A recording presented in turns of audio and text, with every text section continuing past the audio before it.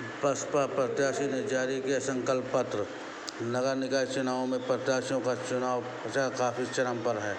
प्रत्याशी जनता को लुभाने के लिए लोग भावुक वादे कर रहे हैं। आज रविवार को बसपा कार्यालय पर बसपा की नगर पालिका लखीमपुर अध्यक्ष की प्रत्याशी अंजू सुबोध मिश्रा ने अपना संकल्प पत्र जारी किया।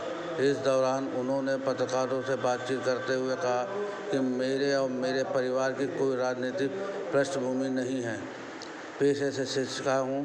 समय होने के कारण सभी मतदाताओं के घरों तक नहीं पहुँच पा रही हूँ।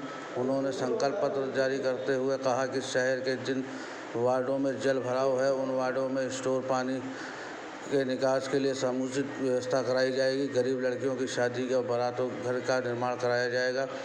रोड पर लगे बिजली के खंभे हटाकर बिजली लाइन भूमिगत कराई जाएगी।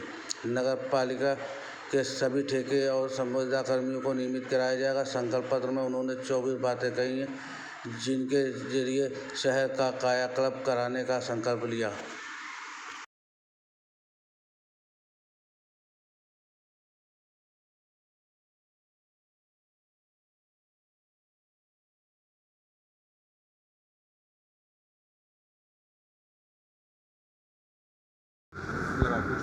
मुझे बताइए बहन जी के आदेश के मुझे बहन जी का आदेश हुआ कि आप नगर पालिका का चुनाव लड़िए।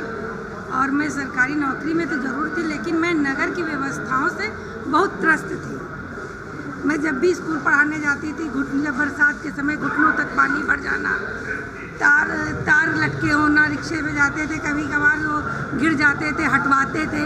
बहुत ही जर्जर व्यवस्था। पशु जो हमारा पशु थे, सभी वर्गों का समर्थन मिल रहा है। बिल्कुल पूर्ण समर्थन। क्या कहेंगे शोभ जी, जिस तरीके से आप शिक्षा क्षेत्र से जुड़े हैं और इसलिए 10 उम्मीदवार हैं, पूरा मैनेजमेंट चुनाव का आप नहीं कर रहे हैं, क्या कहेंगे? बहुजन समाज पार्टी प्रत्याशी श्रीमती अंजू मिश्रा जी हैं, मेरी वाइफ हैं। आप लोगों जनता से केवल एक ही अपील करना चाहता हूँ कि एक पढ़े लिखे ईमानदार बिना कोई राजनीतिक बैकग्राउंड और बिना कोई क्रिमिनल बैकग्राउंड के हम लोग राजनीति में हैं। एक बार ऐसे व्यक्ति को भी नगर पालिका में ला के देखो जिसका कोई राजनीतिक बैकग्राउंड ना हो। इसीलिए कभी कभी भाषा शैली में या बोलने में हम लोगों को लोच नहीं होता है, जो राजनेताओं के उसमें लोच होता है। तो ज़्यादा ओवर स्मार्ट में या जिन चीज़ों में हम लोग बोल जाते हैं या कह जाते हैं वो चीज़ें नहीं आती। राजनेता भी नहीं बन पाए हैं। अगर बन जाएंगे तो वैसा बोलने लगेंगे। बाकी केवल एक ही उद्देश्य है नगर पालिका में काम करने का। राजनीति में अगर होते, पहले से होते, पोस्टर बैनर पहले से लगा रहे होते, सब कुछ होता। नगर पालिका का खाका लेकर के कि कनेक्शन नगर पालिका में काम किया जाता है, इसको लेकर के बहन जी की यहाँ चर्चा चल रही थी। तो मैंने अपने विचार, अपने आइडियाज़ रखे। उस पर बहन जी ने तत्काल कहा कि आप बेटर कर सकते हो, इसलिए आप ऐसे नगर पालिका में आपको चुनाव लड़ना है।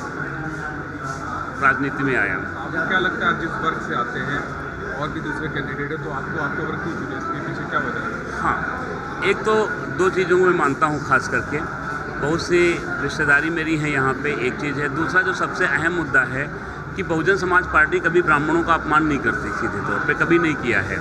सपा की तरीके से नहीं करती है कि रामायण के पन्ने फाड़ दें, रामायण को जला दें। इस प्रकार का बहुजन समाज पार्टी द्वारा कभी भी कोई कृत्य नहीं किया जाता। वो ब्राह्मणों का सम्मान करती है। बहन जी की सरकार ने उसमें भी आपने देखा है कि सबसे अहम, सबसे ज़्यादा ब्राह्मण मंत्री ही थे उसमें, और उनको बहुत सम्मान दिया गया था। तो इस प्रकार से मैं खास करके मैं जानता हूं कि ब्राह्मण मेरे साथ है और बहुत मुझे सपोर्ट कर रहा है। मुस्लिम सरदार को लेकर मायावती ने कई मेयर को टिकट दिया है, तो इसको कैसे देखेंगे? मुस्लिम समाज अब बहुजन समाज पार्टी के साथ जुड़ना चाहता है, उसे कंधे से कंधा मिलाकर चलना चाहता है। उसको लगता है जो बेटर कर सकता है। मायावती जी का शासनकाल सबके लिए बहुत अच्छा रहा है। उसमें किसी जाति वर्ग विशेष या किन्हीं